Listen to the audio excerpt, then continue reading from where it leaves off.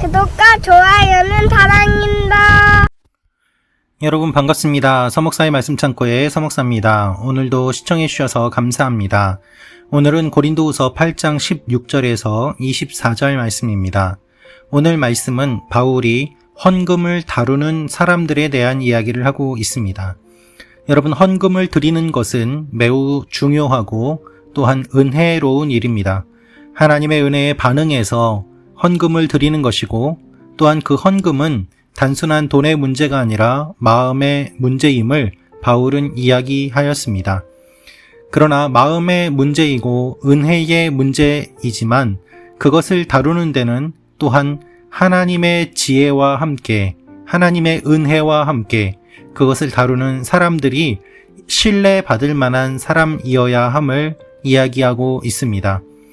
귀하게 모금이 된 그 헌금을 누가 다루느냐, 어떻게 다루느냐에 따라서 하나님 나라가 세워질 수도 있고 붕괴될 수도 있기 때문입니다. 오늘 이 말씀을 통하여서 우리에게 주시는 하나님의 마음을 함께 묵상해 보기를 원합니다.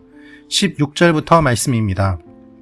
여러분을 위해 디도의 마음에도 동일한 열심을 주시는 하나님께 감사를 드립니다.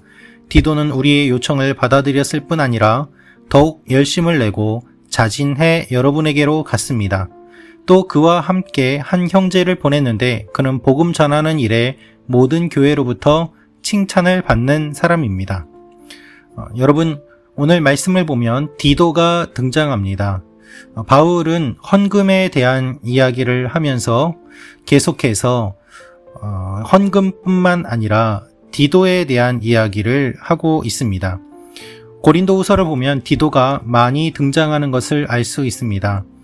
그것은 바울이 디도를 그만큼 신뢰하였다는 것을 의미하였고, 그가 하나님께 신실하게 반응한 사람임을 본문을 통하여서 알 수 있습니다. 하나님께서는 디도에게도 동일한 열심을 주셨습니다. 그리고 디도는 어려운 일이지만 바울의 요청을 받아들였습니다.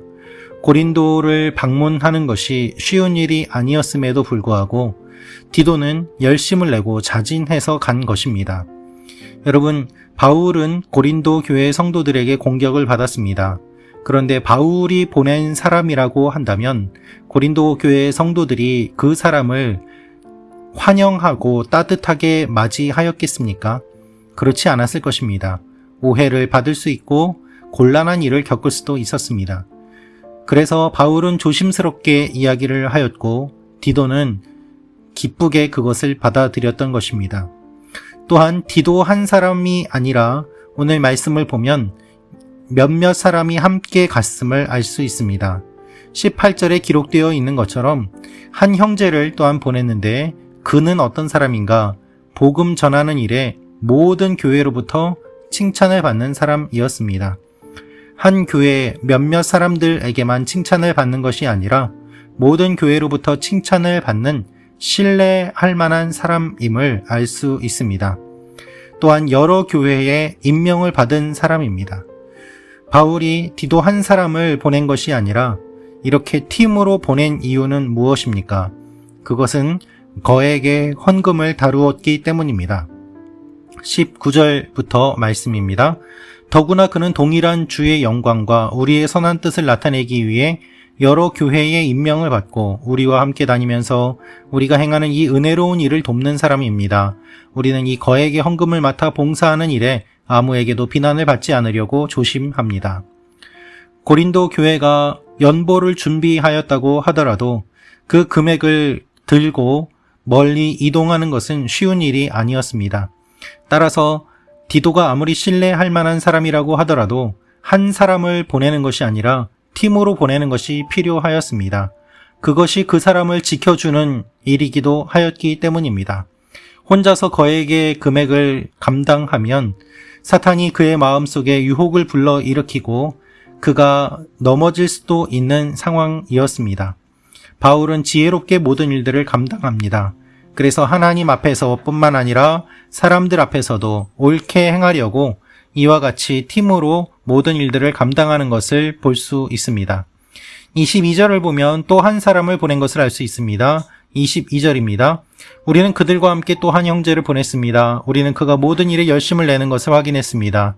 지금 그는 여러분을 크게 신뢰함으로 더욱 열심을 내고 있습니다. 오늘 말씀을 보면 단순히 열심을 내는 것만이 아니라 신뢰받을 만한 사람임을 알 수 있습니다. 신뢰받는 것과 열심을 내는 것이 함께 있기 때문에 이들은 믿을 만한 사람이고 이 일들을 감당할 만한 사람이었던 것입니다. 여러분, 하나님께서 감동을 주셔서 헌금을 드렸습니다. 그 헌금을 들고 이제 이동을 합니다.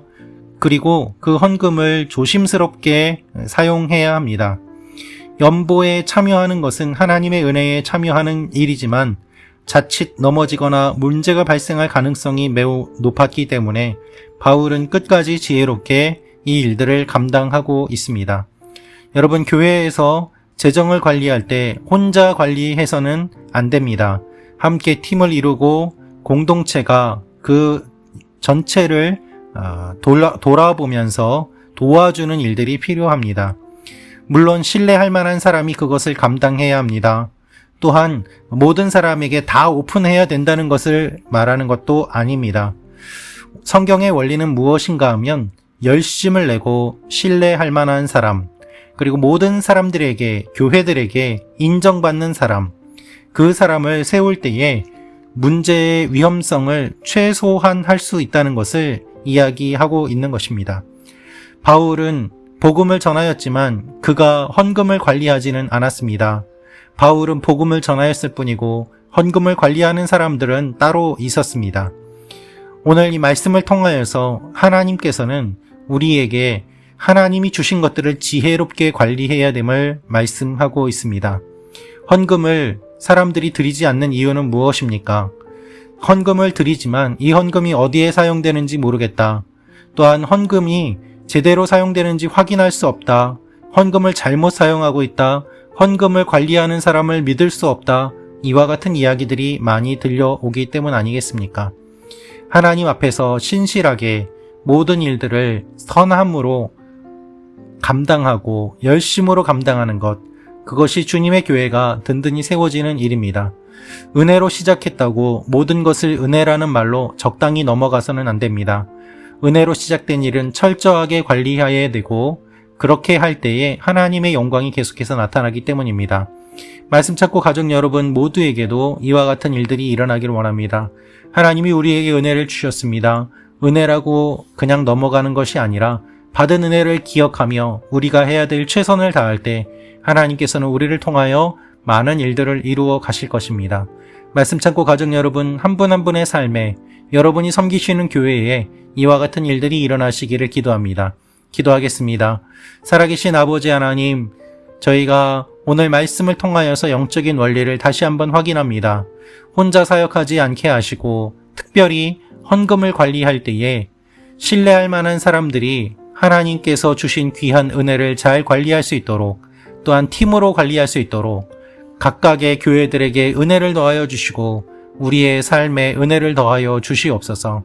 하나님께서 주신 것들을 소중히 여기며 주님이 주신 것들을 잘 관리하는 청지기적인 삶을 살아가게 하여 주옵소서. 예수님의 이름으로 기도합니다. 아멘.